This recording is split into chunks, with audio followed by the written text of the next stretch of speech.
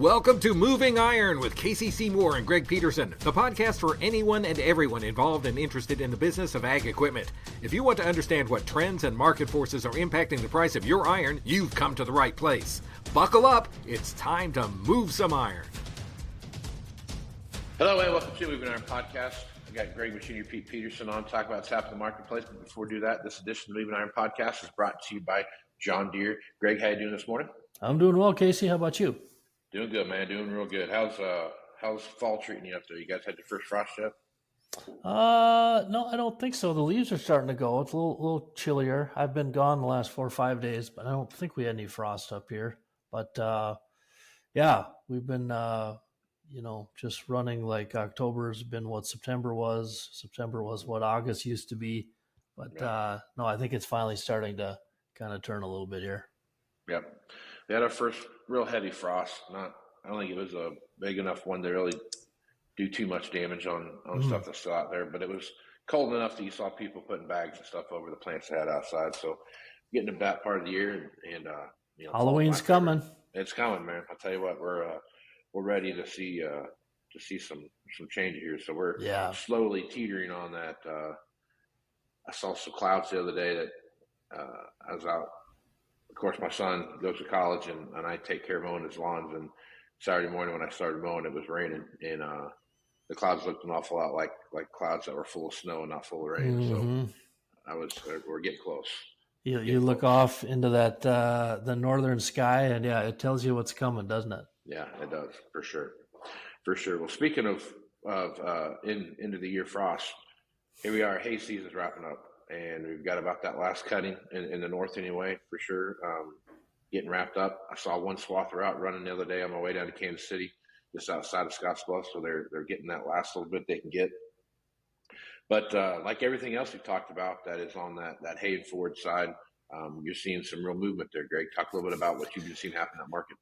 Yeah, I tell you, good used hay equipment, Casey, it's just getting hotter, actually. I know this Saturday, so 2 days ago, as we're talking here, there was a nice farm auction, a farm estates auction out east. It was in South Hill, Virginia. It was by Jason Aycock Auctioneering. I'm going to be heading out to, I think, Virginia, North Carolina line to cover one of his sales December 6th. Really nice farm auction. But this sale he had Saturday was kind of a small sale, but Jason and his crew sent me a couple video clips. One was a New Holland BR 7060 round baler. I think it had just over 7,700 bales on it.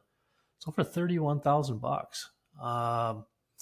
That's the highest auction price I've ever seen on a BR 7060. Previous high was $29,000. That was back kind of when things were starting to just go nuts in the used equipment world back in mid-June 21. That sale was in Viroqua, Wisconsin on a 14 model at 29. But again, $31,000. Saturday, and right next to it was sitting a little 10-foot no-till drill, which those small no-till drills have been pretty spicy of late as well. Yeah. This one was a Haybuster 107, a very nice condition, just over 1,100 acres on it. That brought $22,000. Again, same thing, record high auction price. So part of this is like you and I have talked about a lot. If you stay under that, 50, 75K, good condition used, even in a challenging market, is hot. But this hay equipment market, just scorching hot. I know there was a sale up north of the border in Saskatchewan back on October 8th. Our friends at Ritchie Brothers had this sale at farm auction. And that sale had a 2017 John Deere 569 round baler. It had 5,968 bales through it.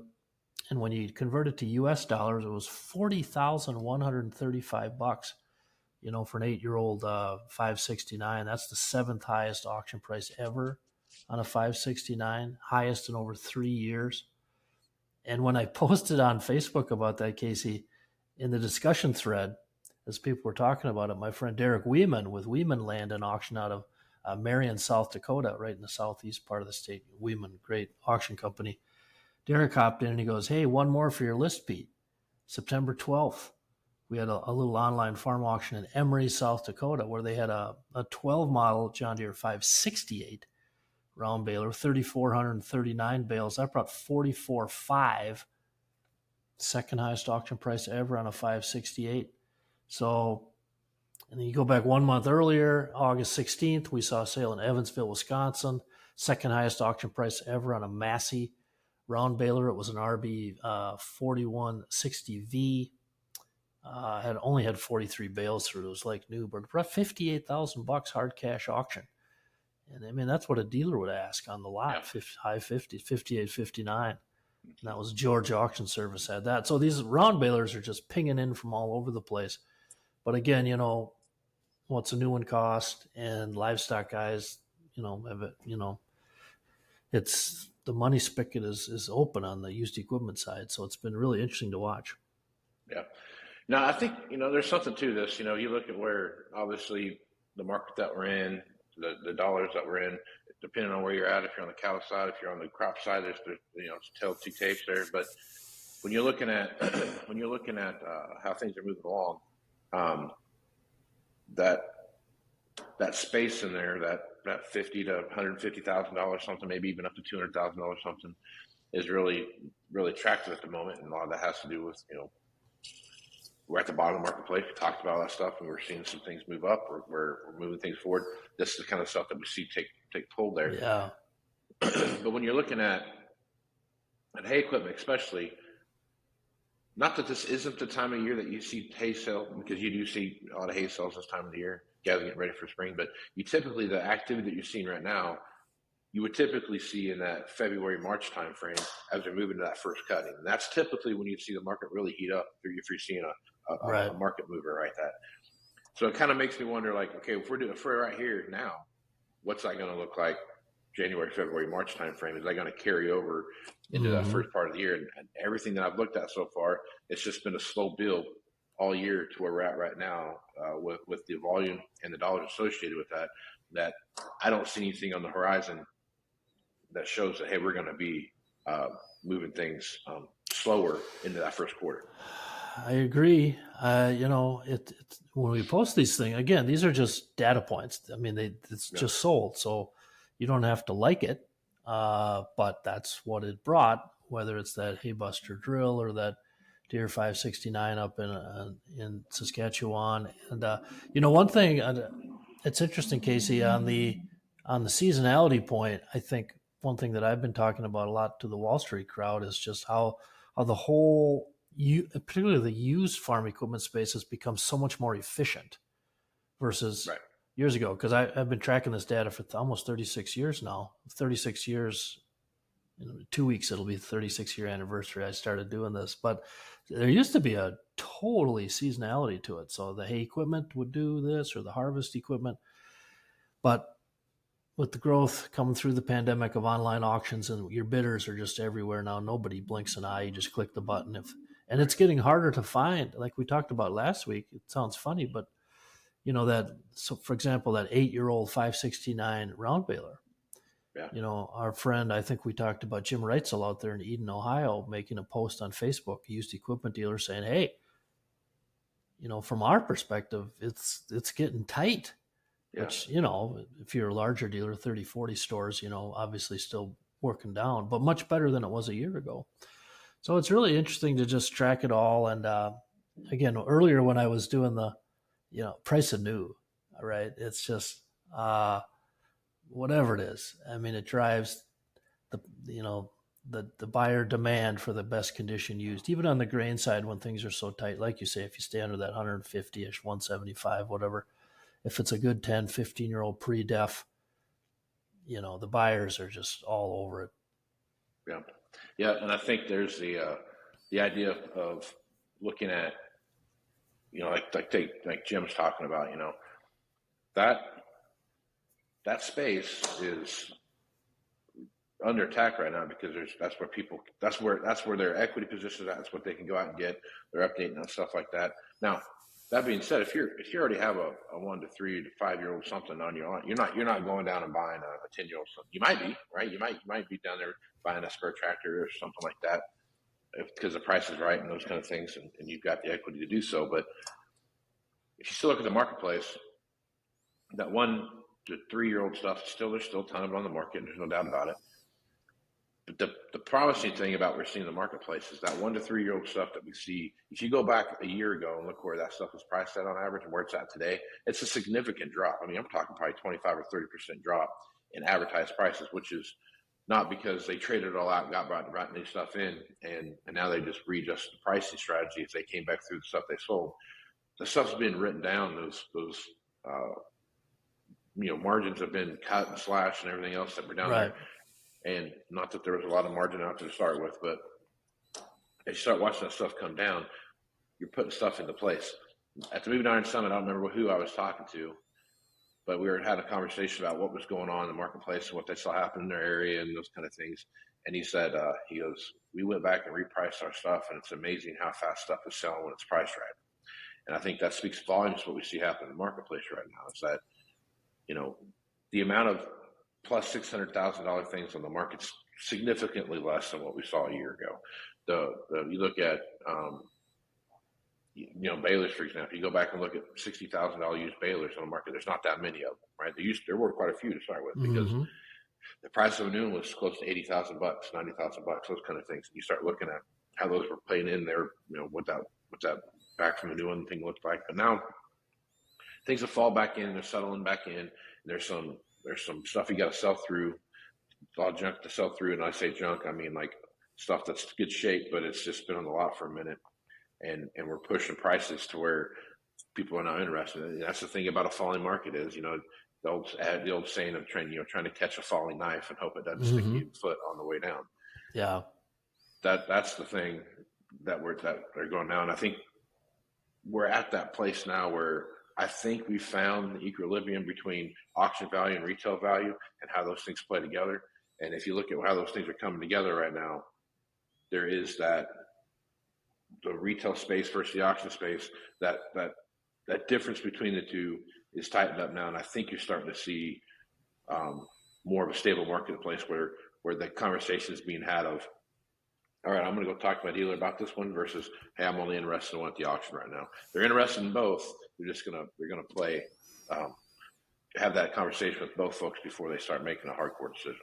Yeah, I think you're 100% right, Casey. I think, like I say, in my weird machinery Pete vernacular, it's the used equipment space is more efficient. It's tighter. It's faster. Mm-hmm.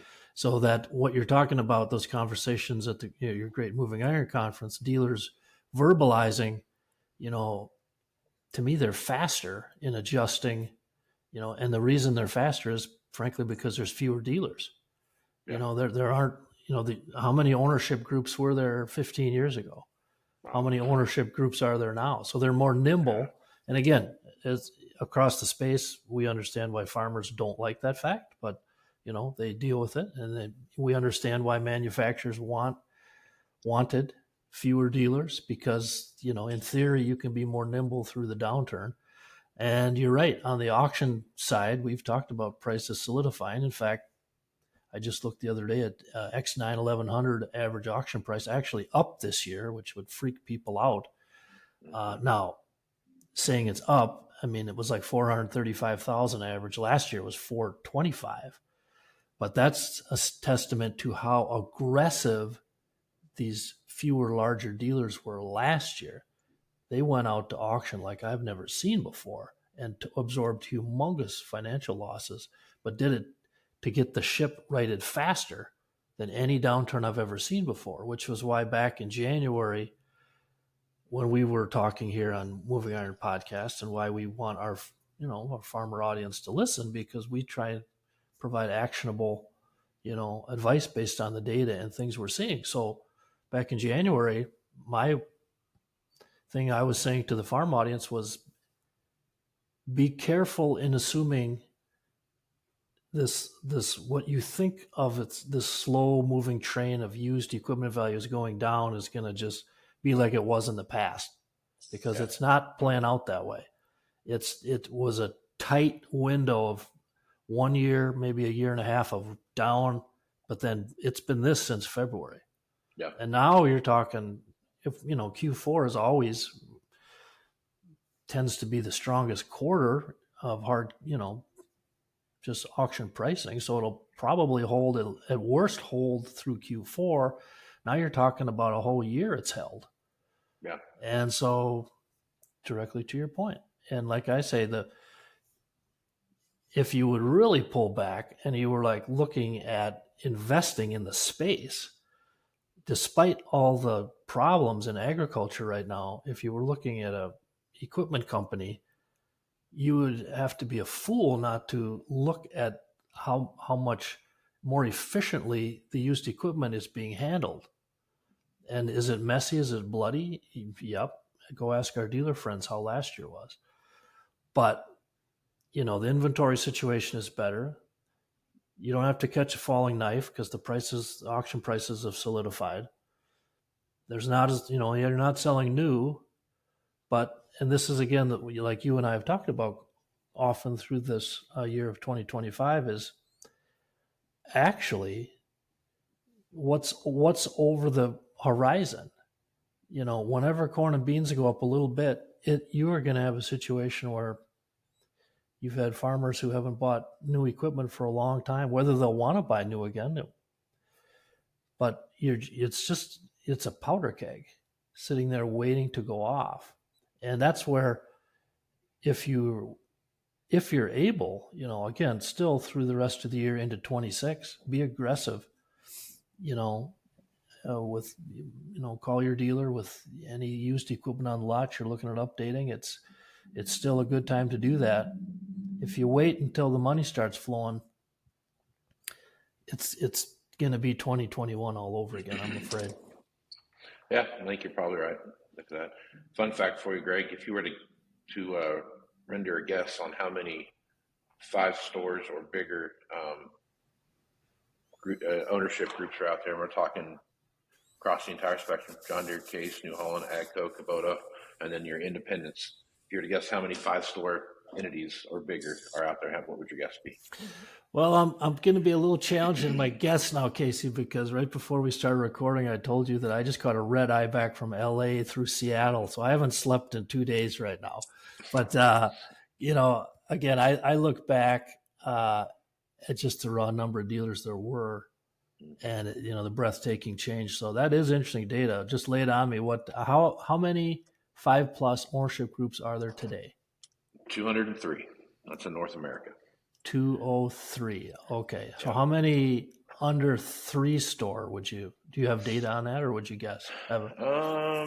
Ownership groups, no, but I can tell you that there are, and this is all coming from the big dealer report out of that Farm Equipment magazine puts out on the Ag Equipment Intelligence side.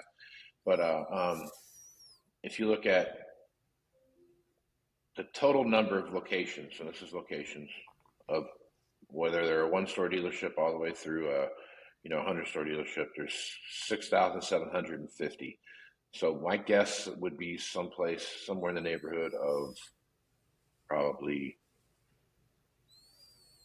it'd probably be double. I'm guessing it'd be double that number. So 200 and 500 and some probably. Yeah, it's getting to be, it hits me in the face every week as I just wade along and, post things and comment. And I thought of it recently when the former owner of Caroline Equipment, I think it was Caroline Implement out of eastern Wisconsin, passed away.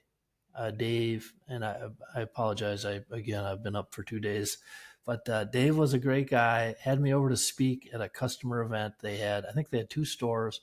It was back in 2017. It was right before Christmas. We had a great event. And, like we saw a lot over the last decade, then they were purchased and now part of I think Reister and Shell, great John Deere dealer over there. And it just happened all over the place. So, when we look back at the last downturn, mid-13 through 15 into 16, used values, it took longer to find that footing, almost 3 years to where I saw auction prices level off. Yep. And this year it was, combine started 1 year earlier in 23, but everything else, it was 24 was just an attack. Used values dropped like a rock. Same percentage they dropped back a decade ago, but they just found footing faster. So come February 25, I was watching the auction prices come in, go, ooh, well, that was pretty good. Well, that was pretty good. That was a good sale. That was a good sale. And it's just as kind of held despite the increasing challenges, with grain farmers. So it's really been an interesting year. And now we talked last week, the total number of auctions. This is really interesting because those auction prices are solidified despite the number of auctions has gone up 14.5%. And it frankly looks like it's going to go up more November, December into 26. So there's a lot going on there, sub trends to talk about. A lot of farmers collectively, they can't buy new, but also kind of realizing like, hey, we have a lot of equipment. We've purchased a lot of equipment over the last 10, 15 years. And what we have is relatively new. So while we're tightening our belt, we're also reassessing like, maybe we're good. Maybe we'll go and pick up that used whatever. Now, whenever corn and beans go up, see, that gets interesting because you were on the dealer side during that last downturn. You were used equipment manager. You were living in the vortex of it. But what I heard dealers say back in 14, 15, 16 is, Pete, we'll never let this happen again. Okay, your reaction, that laugh, right? I'm a Minnesota guy, so I absorbed what they were saying and I understood it. But my thing was, okay, when corn and beans go up, we'll see what happens. Now, the only difference now, again, is there's fewer ownership groups. Yeah. So you've got fewer decision makers, basically. And collectively, what we saw in 2024 was those fewer decision makers going, let's get ahead of this and let's smash all this stuff out to auction and we'll get killed on it, but let's get it out.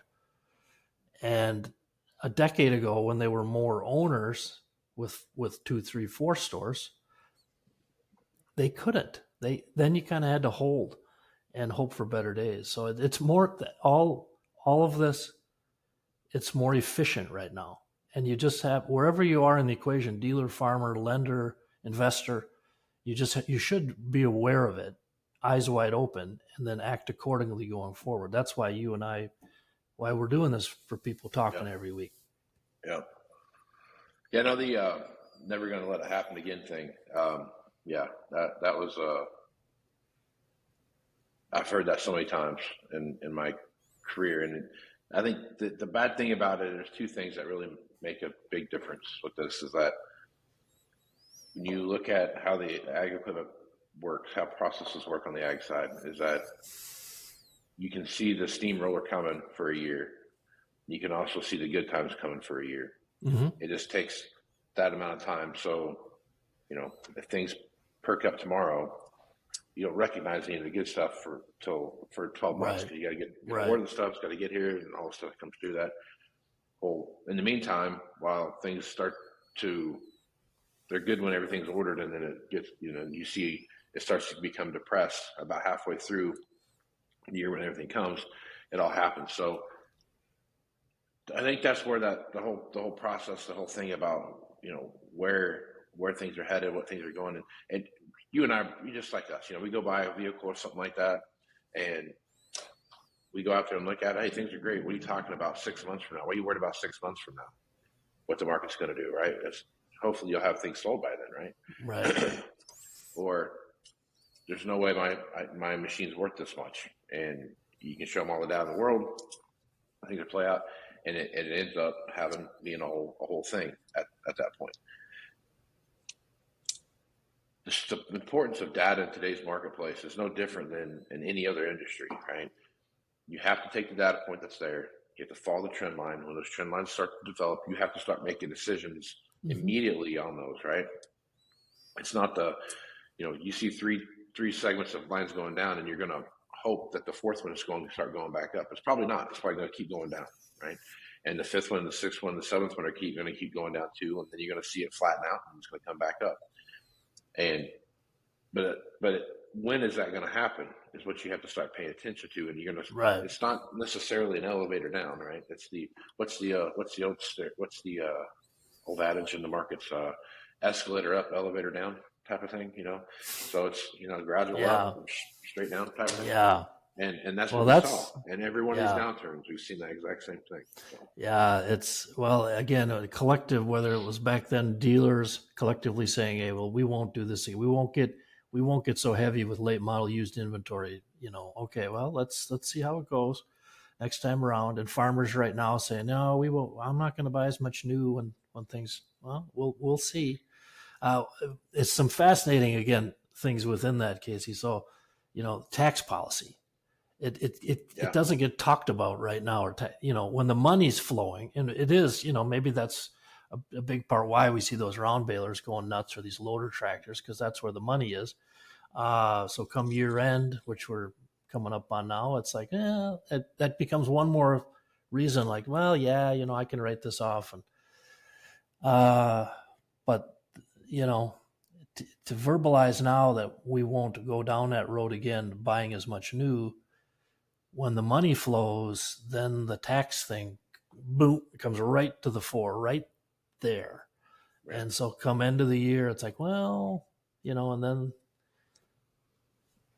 again, it's just such a force. So all this is connected, but I think everything we've talked about speaks to that. The whole space, whether you like it or not, is just more efficient right now.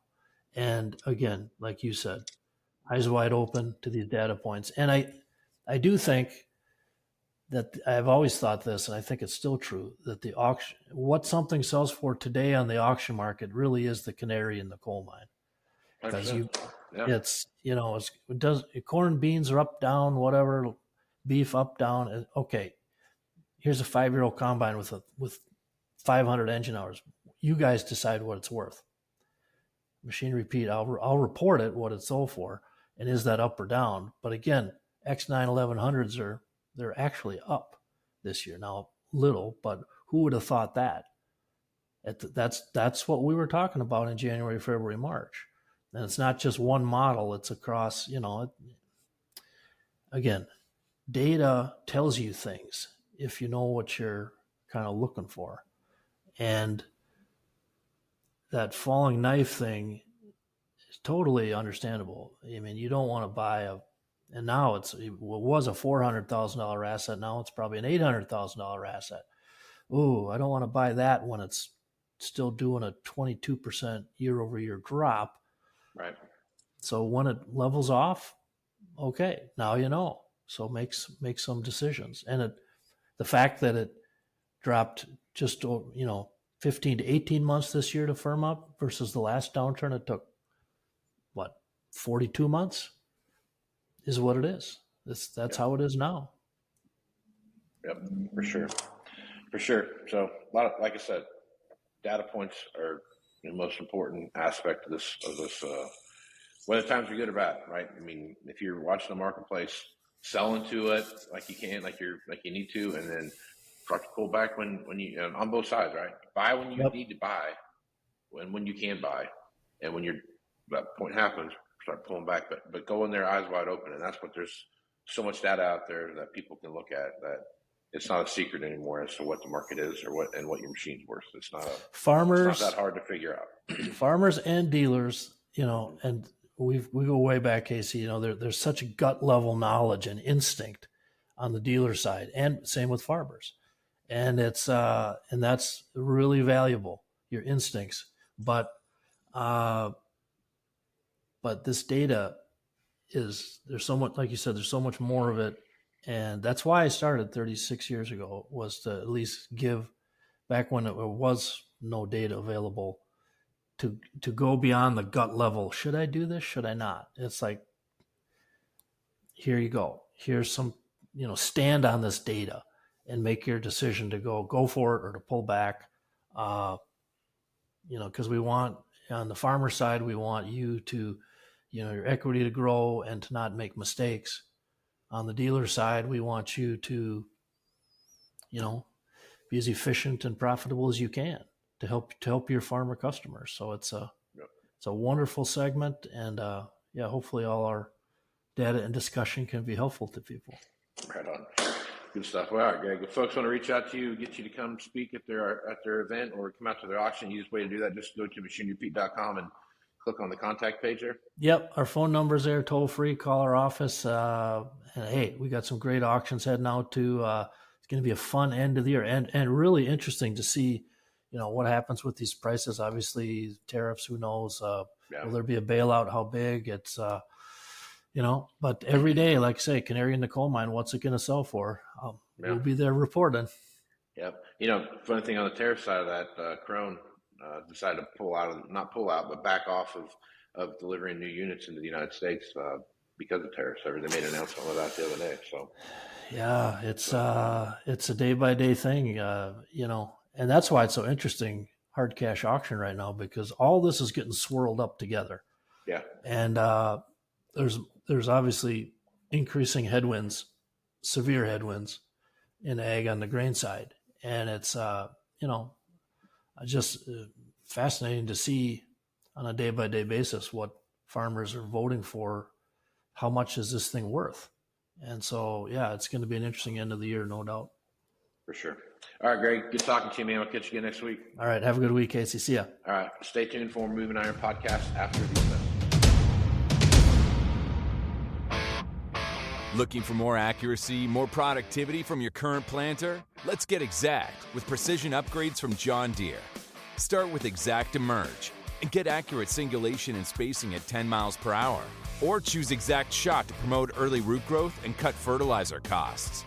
And with Furrow Vision, save time by verifying seed depth right from your cab.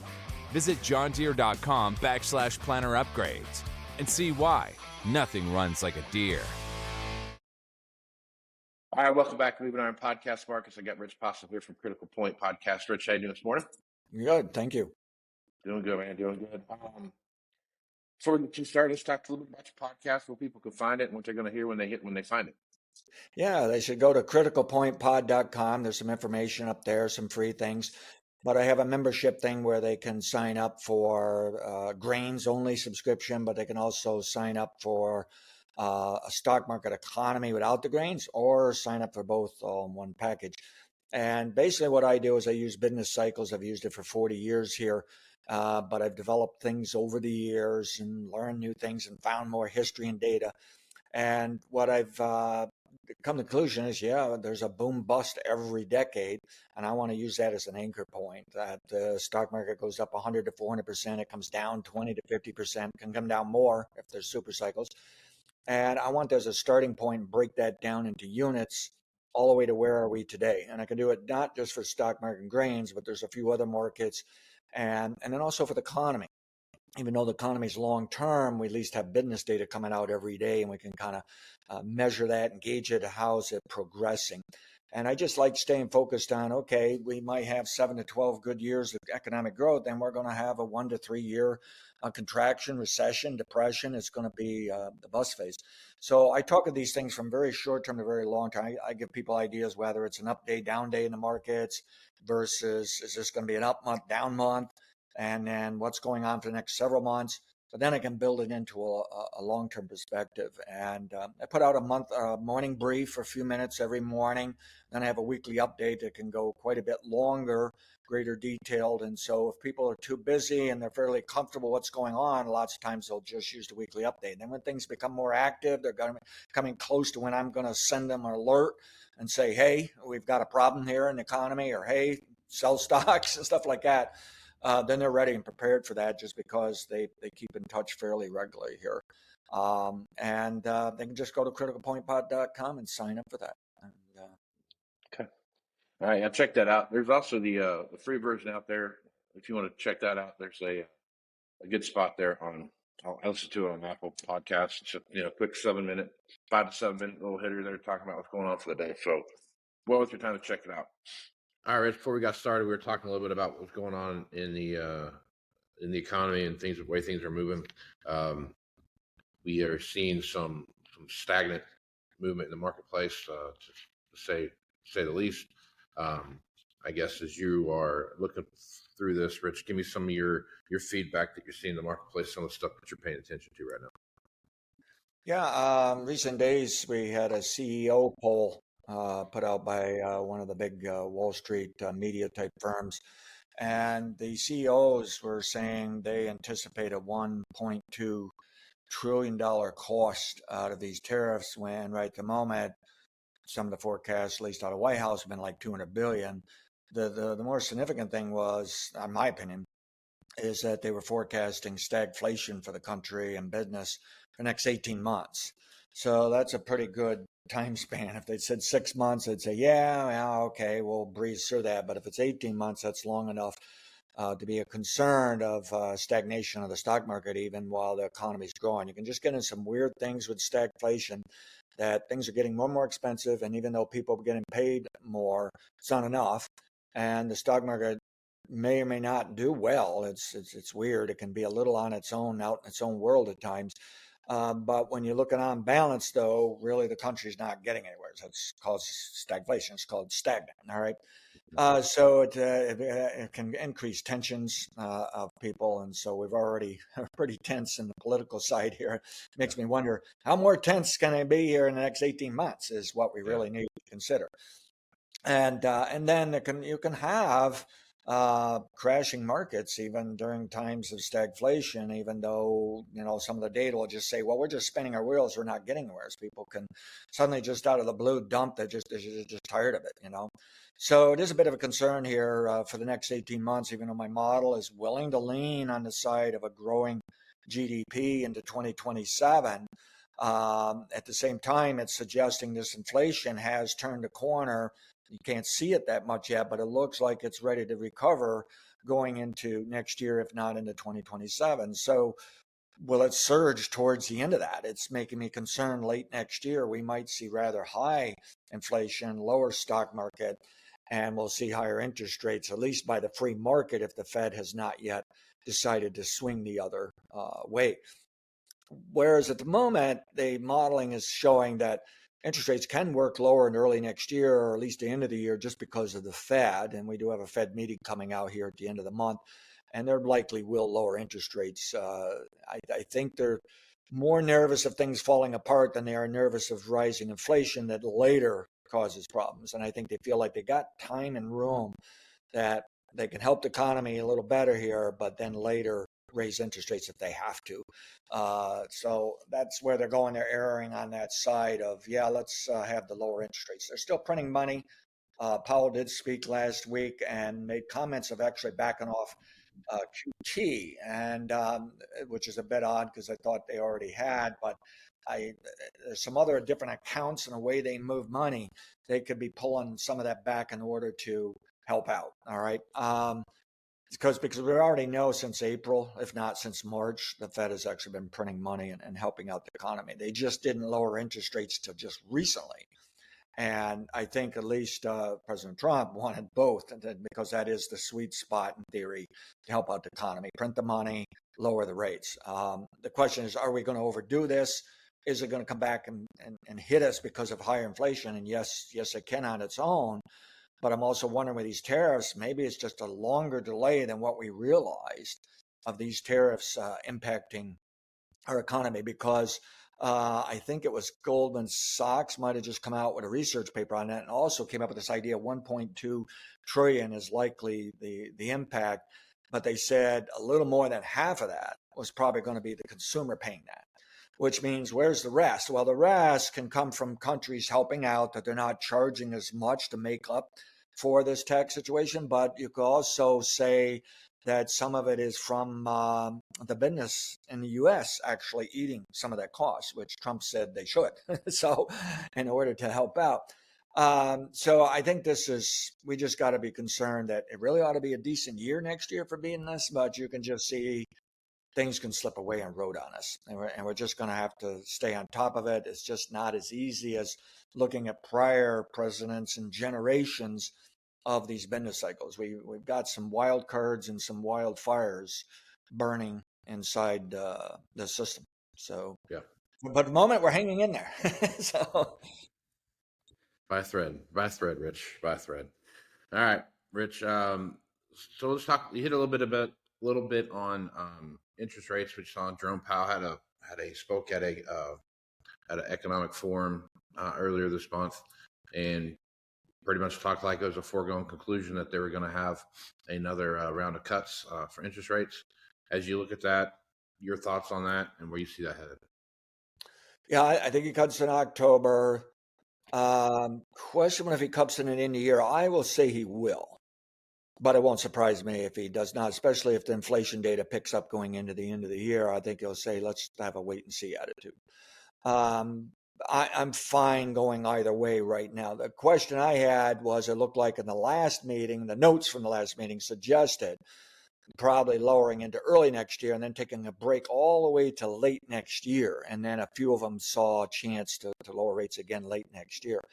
I'm questioning whether they lower early next year. I think probability is slipping on that, but we'll see how fast the data goes. But the interesting thing is they weren't willing to really, as a group, they weren't willing to suggest, oh, they're going to lower rates like April on into August next year or anything like that. I think what they were saying is lower for a few months here, help out, keep the money printing, and let's reevaluate. Is the economy now growing, but growing in an inflationary move more than just a nice, sustainable economic growth? Because the problem with inflation, it leads us to believe the economy is doing great, and it's not. And so it's a real tricky thing to watch. And what's concerning to me is some of these businesses, if they just passed on their tariff costs, that's one thing, but to pass on tariff costs and then increase their profits. And we now have Levi Strauss Company came out last week, maybe the week before, and said they wanted more profits. They were raising their prices for more profits. Just flat out said it. All right. And there's just too much of that. It's just too easy. They've learned this capitalistic system way too well.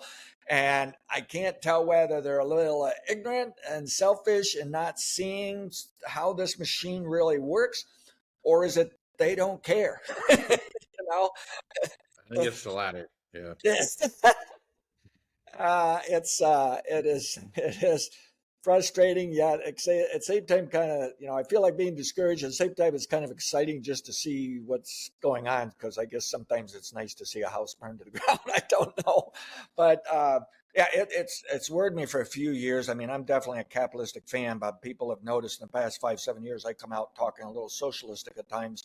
And how I look at it, just because some things can fix things better for people doesn't make it socialism. But some people want to take those things, put them under socialism, and then they automatically say, well, we can't have those.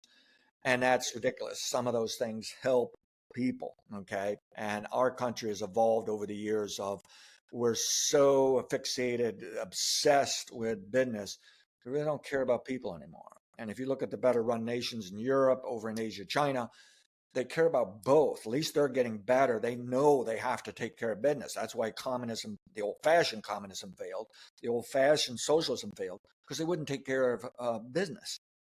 Now they've learned somehow they got to have a balance between the two. It's like pistons moving in an engine, and they got to keep that restrained within the engine, the block of the engine, right? And so the modern communism, socialism is actually winning. It's working, and it's going to beat us if we're not careful. So if we must stay capitalistic type country more than everybody else, we still need a new capitalism. All right, something has to change. And all I can tell, especially young middle-aged people, really want to get involved in politics, and they better, is look at ways, how do you take care of people and take care of business? And the list is all over the place, and we'll fight and argue over a lot of it. But if we can find that blend, okay, we're going to be a happier nation. And it is going to happen in the next 20 years. The problem is, how many more years do we beat up on one another till we finally say, we can kind of agree with that, let's kind of get along here. And I'm trying to learn more of neoclassicism and neoliberalism. And they were confusing to me. I thought they were the same. And so I even asked ChatGPT, the AI, last night, and it said, yeah, there are similarities, but there's dissimilarities. And they also started at different times. One of them started in 1950s to date and includes the globalization, includes our free market system. And then the other one started out long before that. Well, the more I've realized is really you could put the Republicans on one of those, Democrats on another, but because of some similarities, there's an entanglement there, as if we were all moving down a path, even though we were kind of like putting this show on, fighting and arguing. It's like we just went down this path anyways. Right. And so does this path have to end, and what is it? And the interesting thing is I'm not coming up with very good answers. Well, what is it? What is it is the future here. But I really believe if Republicans, Democrats, and I'm now blaming Democrats as just kind of really a second Republican most of the time. President Clinton, really on the economic, financial side, he was gung-ho Republican, really. It was his social side that he remained liberal. So he just fell right in line from carrying forward from Reagan and Bush right on to the next Bush and so forth, right? So I've come to the conclusion, though, if those two are kind of entwined with one another, it must be reflecting as the American people are doing the same thing. We're following those two things, but we're kind of keeping them parallel one another and working. So unfortunately, I don't think we can blame everything on the politicians. We do have to say, you know what, we're creating this ourselves. So what is it that we want? and, and like every other day, I think I got it figured out. And the other days I don't. Yep. I know exactly what you're talking about. I mean, we can't seem to, two parties can't seem to get along. If one says the sky's blue, the other one says no, it's turquoise, right? And it's just, it's just they can't. Nobody can get along, and that's going to drive the decision making process. Even if a good idea, they change ideas for the sake of changing ideas because the other person came up with those ideas. So now that we're in charge, we can't agree that their ideas were good, right? So we're gonna go around and change stuff. So it's just it's a mess. Yeah, it's an absolute mess, and it shows, right? Take a look around. It shows. Yeah. This absolutely shows. Yeah. All right, let's jump over and talk about some business cycles now. As you're looking at your business cycles and where GDP's at, as you take us look now from where we're at now to the upcoming decade here, the 2030s. What do you see happening there, and how do you see that all playing together? I see brighter days in the 2030s, 40s. I'm just not convinced. If they're only a little bit of a change where we are to now, then it might be a struggle for too long, and it's going to cost us going out all the way into the 2070s. By the 2080, 2090s, we'll probably be right back where we are today. Now this is getting in some very large cycles and comparing Europe and Asia and the U.S. But I can see those kind of things going on. But I'm rather optimistic we'll be in a better mood in the 2030s and have sorted this out. The key is, do we do it in the 20s? If you're using elections as a symbol, and it's really more important. I know you need strong leaders, but at the same time, it's really more of a symbol. It has to be the American people really want to do it. And right at the moment, it feels like we're forcing ourselves into it instead of stepping up and saying, no, but this is what we really want. Okay. So it's not the right mentality. We're poor thinkers right now. And I think, if we have to wait all the way to 2032 to find out later, and heaven forbid, if we're 2034 and later about where we are now, I think we've messed up for the 20 years, and I think that's going to hold us back for several decades after that. And so hopefully we sort this out. But on a near-term basis, if you look at the trends, the economy is hanging in. It's deteriorating, but you could say, well, we haven't really seen anything break loose yet. And with the interest rates coming down and the money printing and Powell talking of less QT or tightening, having a little freer move there, you could say that it's unlikely we're heading for recession. But I got to tell you, you look at this data every week and you're saying, well, there's some things getting better and there's some things getting worse. And, it's a salad. And is it going to be a spoiled one or not? I'm rather optimistic that we'll still get economic growth. I'm not as bullish or optimistic on the stock market I once was. And I warn my members, because I've been a diehard bull for decades, it seems like, and it's really paid off for me very, very well. But I feel as though I want to be a little quick and nimble in the future here. And if the stock market ever sped higher, and there are some people that I followed, I have a lot of respect for, and one of them at least is calling for a blow-off move. And the minute he said that, I recall he started out in commodities, because blow-off move is normally a commodity terminology. And it just simply means straight up, straight down for your prices, okay? Whereas a melt up on Wall Street, they don't talk about a meltdown. They just talk about the melt up, and they leave it at that. And whereas the commodity people learn, well, if you're going to melt up, you're also going to melt down. And that's so commodity, I don't think Wall Street's quite caught on to some of that. And that's what this one individual was warning. He runs a multi-billion-dollar fund.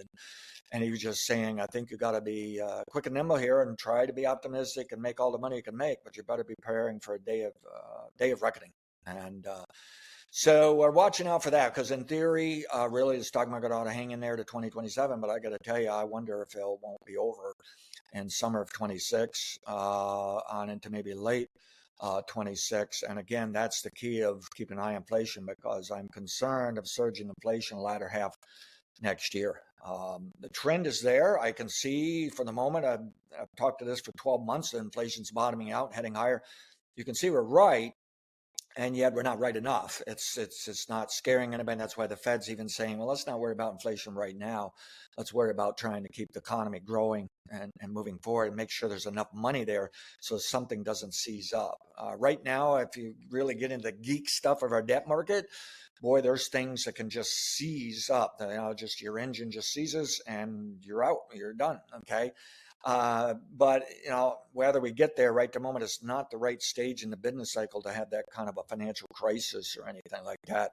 But we do want to watch it. We want to monitor it. So take it from there. Yeah. Okay. Right on. All right, Rich, good stuff as usual. Folks want to reach out to you and get more information about what you're doing. What's the easiest way to find your podcast again and get in touch with you? Yep, go to criticalpointpod.com, and don't be afraid to email me, rich@ag-financial.com. Right on. Well, Rich, appreciate you being on the podcast. We'll catch you again next time. All right, thank you very much. Stay tuned for more Moving Iron podcasts after these messages. Well, there they are, mocking you. See you next year, loser. That weedy area that's got you thinking, man, I hate that spot. Wish I'd sprayed better. Get the last laugh with a sprayer upgrade from John Deere. Precision upgrades that can increase your sprayer's performance, like ExactApply, advanced nozzles to give you more control at more speeds. It's just one of the many precision upgrades you'll find at johndeere.com. Now, let's see who's laughing. All right, welcome back to Moving Iron Podcast. Got Aaron Findle back on to talk about what's happening in the marketplace. Aaron, how you doing? I am terrific, sir. Another Good day deal. on the high plains and all. Yep, it's we finally broke through the frost line. We're getting frost about every morning now. Yeah, we are. Yeah, so We're way into the 20s. it's fall is here. Fall is Yes. here. So speaking of fall, typically out here in our neck of the woods, we get 3 cuttings a year of hay or alfalfa or whatever it is that you're doing. And if you're lucky, that 4th one is right about now. Right. And it depends on how early the frost comes if you get the 4th one or not, right? So this year, obviously, the frost is here now, and it's typical. This is the time of year when you typically see frost, so it's not like it's out of whack early or anything like that. But as you kind of walk your way through this, I saw one swather running the other day on my way to Kansas City, just south of Scottsbluff, out there by the Wildcats, laying down some grass hay, and there was so it made me think a little bit about what was going on in the hay market and what that looked like. And right now, if you look at where the market's falling into for the first 18 months, really, of this cattle market that we've seen, you didn't see a lot of movement on typical, cattle style tractors, loader tractors, hay tools, those kind of things. You didn't really see a lot of movement in that. And a lot of that was guys getting shored up from getting money back to the bankers, getting things paid off, doing things they need to be doing, buying more cows, looking at their operation, those kind of things. And I would say over the last 6 months, you started to see that break loose, and again, every month it gets a little more active.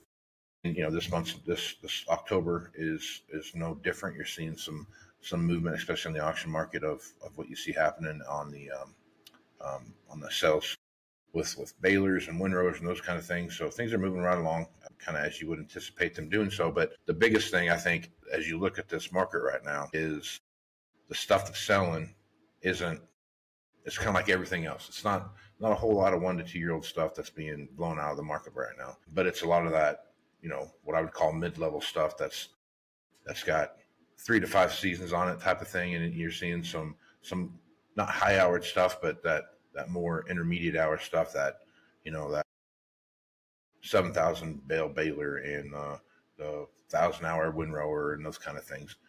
As you watch that stuff, Aaron, what are you seeing happen in the marketplace? Yeah, you're exactly right. I would say We actually through the year this year had a pretty healthy, might not be the right word, but a pretty good flow with new windrowers. To your point, that second never hit the lot. And the third was sold right away. Baylor's have not been what I thought they would be this year in general. There's been used 3x4s that we get in have sold pretty good. Round Baylors all year were very quiet. New sales. By the way, I looked up me and a coworker, both who work at a dealership yesterday, thought the MDP on a Baylor was completely wrong. We were. Yeah. Welcome to 25. Yeah. Wow. Yeah, Goodness. They've really moved along nicely. I want a 6-digit round Baylor. Watch this. Yeah. Now that we have called the sale barn and scheduled the calves to sell, Baylor's, bing, bing, bing, bing, bing, bing, bing, and new ones. Lots of new Baylors now, which we do get that every year. You know, that's who buys our Baylors, the ranchers. They get their calf check now. We always have a little bit of a after season run on Baylors just because of cash flow timing. But this year it has been not really much, and then wham. So that would validate also what you're saying there, Used Guru. Also, for the most part, now, backwards of that, what was wonderful for us this year and is often a product segment you just run away from, shoppers, baby. Yeah, that is very good market all year. Like, remember that in the podcast we were talking about, I was selling choppers in January and February regularly. And that is like, those are the 2 months you don't sell a chopper. Right. Because everybody's trying to survive and be here next year. Right. Yeah. You know? So really, really, really surprising in that. It is because of the segment. It's not if you pay attention to the world. Sure. Yeah. 100%. There again, that's the segment with some income, and that's where it's going. So, and not necessarily directly to that guy, but that guy works with all those guys, and that's who buys the chopper. Yeah. Which is funny, because if you look where Class 3 milk's at right now, it's like 16, just under $17. And that's like, holy crap low, right? So, I mean, it's just one of those crazy things. But again, on the feeder cattle side of it, you know, you're seeing obviously record numbers every day across the oh yeah, and $300 a pound hamburgers got to go somewhere, right? So guys go buy choppers. Exactly right. So not quite how it works, but so I was thinking about this the other day when I was coming home, and I was kind of, you know, we spent a lot of time talking about, you know, the $1 million combine and the $1 million chopper and all these different things like that, but we don't really spend a lot of time talking about the high 90s, low $100,000 round baler, right?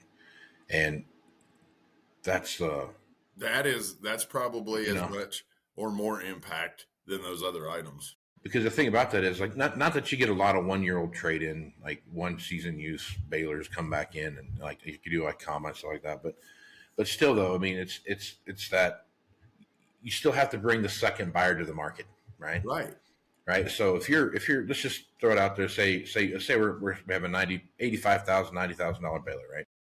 And it comes back in with 5,000 bales on it, right? Which that's not uncommon to see that come through, right? So, I mean, it's a low bale count, but it's not necessarily. No, but you got guys that'll roll them every year and put 5 on them. Yep. So you get this 5,000 bale baler sitting out there. A new one's $85,000-$90,000. Pricing that second one, so the second guy comes into the marketplace, is, you know, he's like, man, the last one of these I bought was $55,000. Right? Because if you're pre-COVID, if you have not bought a baler since pre-COVID, it was about $55,000 before COVID hit. For a new one. Yeah, right. For a brand new one. and you're buying a good quality used one somewhere between $35,000 and $40,000. So now you're sitting here looking at this, and you're taking a look at your baler situation. You're like, well, I guess I could buy a new one for 85 or 90,000, or a used one for 70. What? You know, like, what bizarro world am I living in right now? Right. So I mean, I think so. That's the situation. Time for some rollers and belts. But the thing about this is that, especially right there, the idea of taking that baler and rolling it every year with 5,000 bells on it, or every 2 years with 10,000 bells, or whatever it might be, that if there's any marketplace where extending your trade cycle is going to really start affecting the marketplace, it's going to be windrowers and balers. And those are the things that are going to drive, especially balers, and it's going to drive that to where I used to trade my baler every year, but now I'm going to trade it every 3 years because the cost per bale thing just is so mind-blowingly out of whack. Because, you know what I mean? I was literally thinking of those numbers and stuff in my head, because that's exactly how you do that cost per bale when you trade every year, put 5,000 bales on it.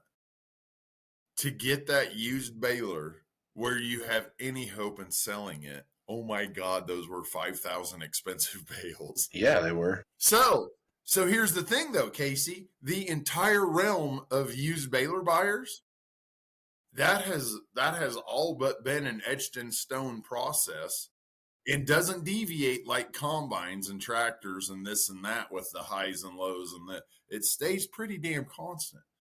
So now that the iron is so expensive, the guy who used to be it's kind of like, we've talked about this in tractors, but it was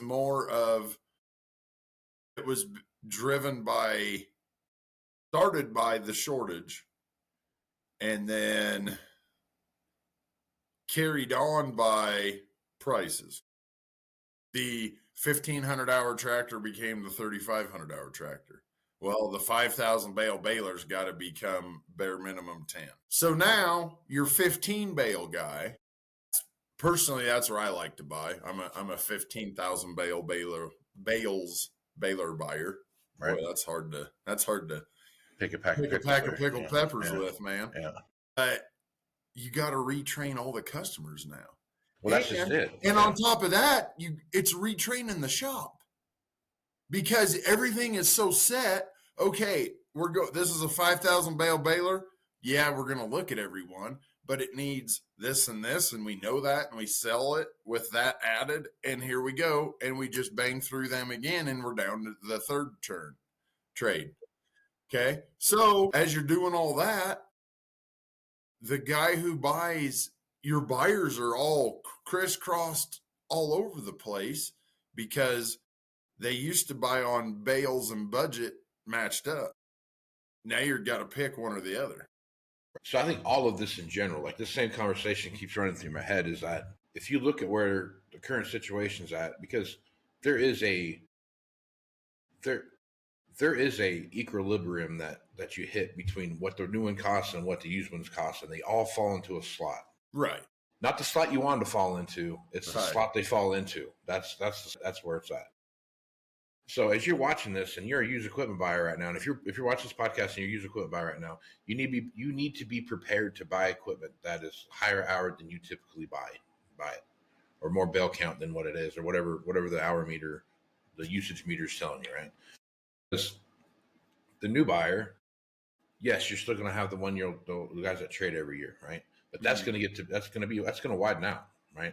Those dollars that are associated with that are still going to widen out. Now, whether that works for your operation or not, and you're a 1 year roll guy, that's a conversation you need to be having right now as you look at this, because the idea that you're going to be able to trade the same way you've traded for the last 3, 4, 5 years or whatever it is, even the last 2 years, is probably going to change dramatically, if it hasn't already, in what that approach looks like.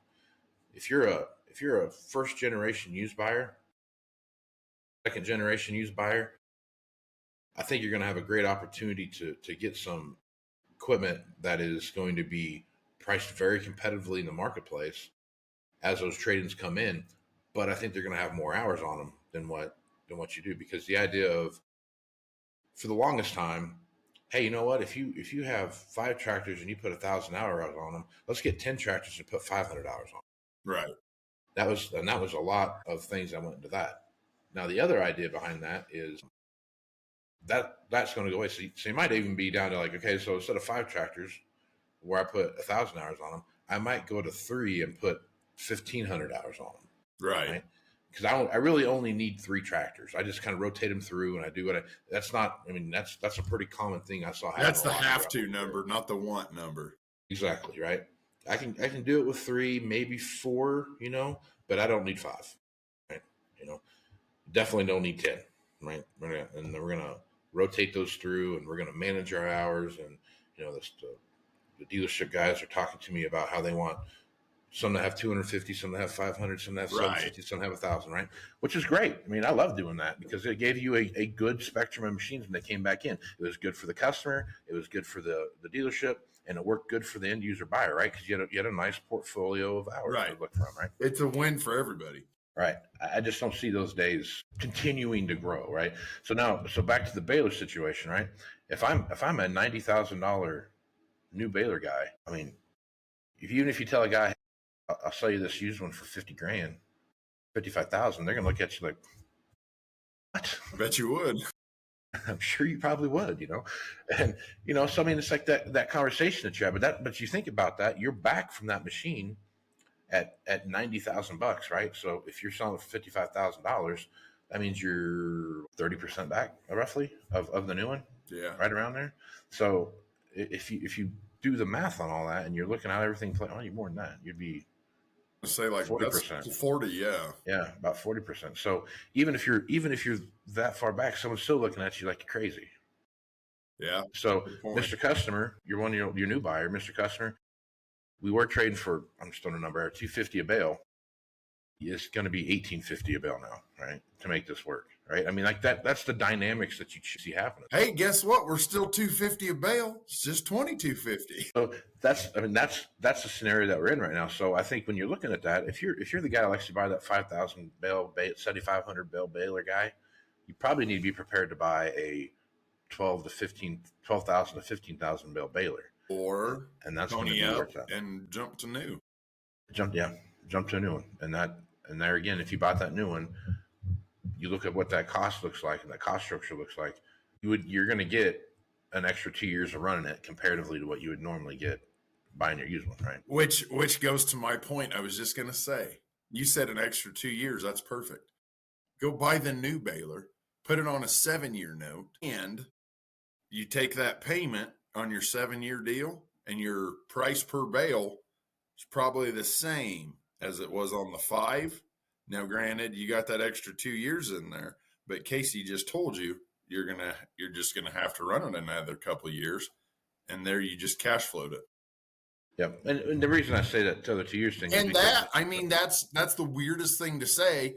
Taking someone who bought a used $50,000 baler and getting them up into the 80s and 90s for a new one sounds absurd, but when you cash flow the numbers out, that makes more sense. That could very well make more sense to him and he bought the 5 baler. What's he got? 10 or 15 on his? Mm-hmm. He's not going to want 15. So he's got to do something else. Yep. And I think that's and the beauty of it is he will create another 10 or 15, which is incredibly sellable. Yeah.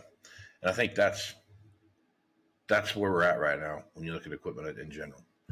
I don't see a time where even I think even if you go back to and you look at this like, hey, we're $6 corn, right? We got all this different stuff.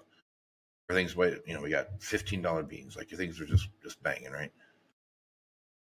I don't see a bunch of people jumping back into the, hey, we're going to go, full bore and get a bunch of new stuff again. I think you're going to see a lot of people that have watched this scenario happen right now. And I think a lot of people step back and look and say, hey, you know what? I did pretty good with that 1-year-old trade-in that I bought. I did pretty good with that 2-year-old trade-in. Hey, these are not the same guys that watched in 12 and 13 and but I think totally different scenario. Are we importing and exporting operators? What you got to think about, though, it's a totally different scenario right now, though. No, I know. Everything's 3 times higher. Yeah, I mean, you don't point damn blank. Price is the same. The price of the crop is the same. The bushels are 20% maybe higher. Maybe, yeah. 20% higher. The machinery's 50 to 75% higher. Inputs are 100% higher. Different world. Just as we talked, it's not the numbers of items. It's the dollars per item. If you go back to 2012 and look at what a brand new 680 combine cost, it's about $300,000. It's laughable now. 325, right? Right. And right around there, 350 maybe. It was about 350, 325, something like that. Today that wouldn't, like, you $325,000 used combine's got 750 hours on it. You know what I mean? Like, that's a completely different world that we live in. In the mid-teens, once upon a time, it was one of those jump up and down on the table moments. I know, rare coming from me if you know me. But I swore we're never going to wholesale a combine that starts with a 3. You people this was like 10 years ago. You people are nuts. I remember that. But as you look how these things come down and you watch how they play out, I just think if you're a used buyer out there right now, I guess the point of what I'm trying to say here is if you're a used buyer out there right now, and even if you're a new buyer, right, dollars associated with trading right now are so big to get that next person to come into play. By all means, if you want to go out and trade every year and you can make it work, do it. It's great, man. Why wouldn't you? Right. But the backside of that is you got to get a used buyer to come into play. And if you're a used buyer, I think you need to start preparing yourself. Hey, I always like to buy a X, right? You need to add 25% to that X, I think, to get yourself. So if you're, or you need to look at Y and Z. Yeah. I just think if you want to buy that tractor with 1,000 hours on it, which I think is a great hour range to buy a tractor at, a late model tractor with 1,000 hours, I think it's a great number. I think the 1,000-hour tractor is now a 1,250 hour or a 1,500 hour tractor. I'm going to say 15 to 18. It's going to fall into that range pretty well. And I think as you watch this coming through, as you see what's happening, the machines that are getting traded in on the late model low hour stuff that's coming in, they're higher houred just because of the amount of, hey, I got to run it one more year, or hey, I'm going to do the repairs this year and I'm going to put another season on it, or I'm going to put this the second season beyond what I normally trade. And you're seeing a lot of that happen right now. So be prepared when you're out looking for machinery, that if you are looking for that machine that's got that 1,000 hours on it for a tractor or whatever, 1,500 hours for a tractor, something like that, that is not the new normal for that 1,000-hour machine. Now that's a 750-hour machine. Right. You're used exactly. To that, right? If you're buying that 1,000-hour machine, you're in that 1,500 plus range, right? Somewhere in there, right? 1,500-ish hours plus or minus 250 on each side of it, right? If you're a 3,000-hour buyer, you're probably looking at close to a 4,000 or 5,000-hour tractor now. I mean, those are the kind of things that how the market's changed because the price of equipment is pushing the hours out further, pushing guys out, running their equipment longer, putting more hours on their machines, which in turn is going to change the dynamics as to what the value of that machine looks like. So what you used to be able to buy for 1,000 hours, now it's a 1,500-hour machine. Like, that's the dynamics that we're seeing move through here. And I think it's one of those things that if you're in the market to buy, really look at what your operation looks like, and where do you want to go? Because in a lot of instances, you may be buying one less season of use than what you're used to. Right. For sure. You know, if you run it for 3 years and you put 500 hours a year on it or whatever, to get to X number of hours, you're buying it with 500 more hours on it than you probably normally would have bought it. So now you're looking at, okay, well, my normal trade cycles is now condensed down to 2 years. Do I bump it out another 1,000 hours? Yep. All right, type of thing. So anyway. Real quick, I would like, as you were talking, this just popped into my head. And this is the absurdity of the machinery business. In the last rolling 12, we've talked about how god-awful it is to get 3 years of trades at once. And then in the same rolling 12, we've talked about how guys have to hold on to stuff way longer to make it cash flow, which then changes what's available in the used market. So what kind of a conundrum world are we in where both of those things are at the same time? Yep. That's crazy. Yeah. Hence a whole slug of 300-hour tractors in the world. Yep. And that's it. We're like in two different operational businesses almost. And there's a big gap getting from A to B. That is very true. Very true. And that gap keeps widening. It does. That's it's not shimming up. It's getting it keeps going out now. So okay. I mean, it's like sandbagging a hole, but then that smooshed the water out and made two holes on each side of the bag. Yeah, exactly. You're exactly right. Exactly right. All right, man. Good place to stop. Folks want to reach out to you, get some of your High Plains wholesale deals. What's the best place to do that? Okay, you can catch High Plains Wholesale on Facebook and TikTok. Have video specials on there. You can see those same videos on my socials, Aaron Fintel at X or Twitter, and on Facebook. You can call me or text me, 30760-1193, and also on LinkedIn for what it matters. That's me. Casey, where can folks find you? Anywhere podcasts are found on an AgWeb, as well as on the Machinery, or not Machinery Pete. Machinery Pete does have a YouTube channel, but you want to go to the Farm Journal YouTube channel where you'll find my stuff and Greg Peterson's stuff. So check us out there. You can also find me on Facebook, Twitter, or X, Instagram, LinkedIn, either at Moving Iron Podcast, Moving Iron LLC. So check me out there. So with that, I want to thank Aaron Fennell, and I want to thank Rich Posson and Greg Machinery Pete Peterson for being on this edition of the Moving Iron Podcast. So with that, until next time, let's go with some iron, folks. Out. Thanks for joining us. We'll see you again next week. And remember, Moving Iron is available on Farm Journal's YouTube channel and anywhere podcasts are found. So until next time, let's move some iron.